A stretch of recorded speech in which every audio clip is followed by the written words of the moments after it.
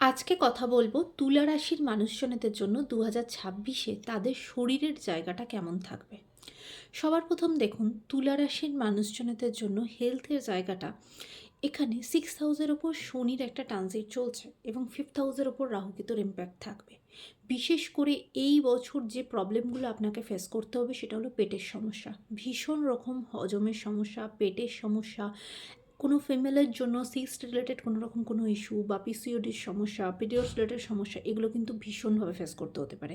এমনকি পেটের gallbladder related কোনো সমস্যা, গলব্লাডার স্টোন অপারেশন হওয়া বা অ্যাপেন্ডিক্স রিলেটেড কোনো প্রবলেম, এগুলো দেখবেন এবছর হয়তো হতে পারে। এই ধরনের হেলথ রিলেটেড কোনো রকম কোনো প্রবলেম আপনাদের কিন্তু ফেস করতে পারেন। এবং কোনো রকম কোনো আর্থারাইটিস রিলেটেড ব্যাপার থেকেও, মানে পা থেকে পা, কোমর থেকে পা পর্যন্ত যে হাঁটুর কোনো সমস্যা, পায়ের পাতার কোনো সমস্যা, এই রিলেটেড প্রবলেমগুলো কিন্তু আপনারা ফেস করতে পারেন।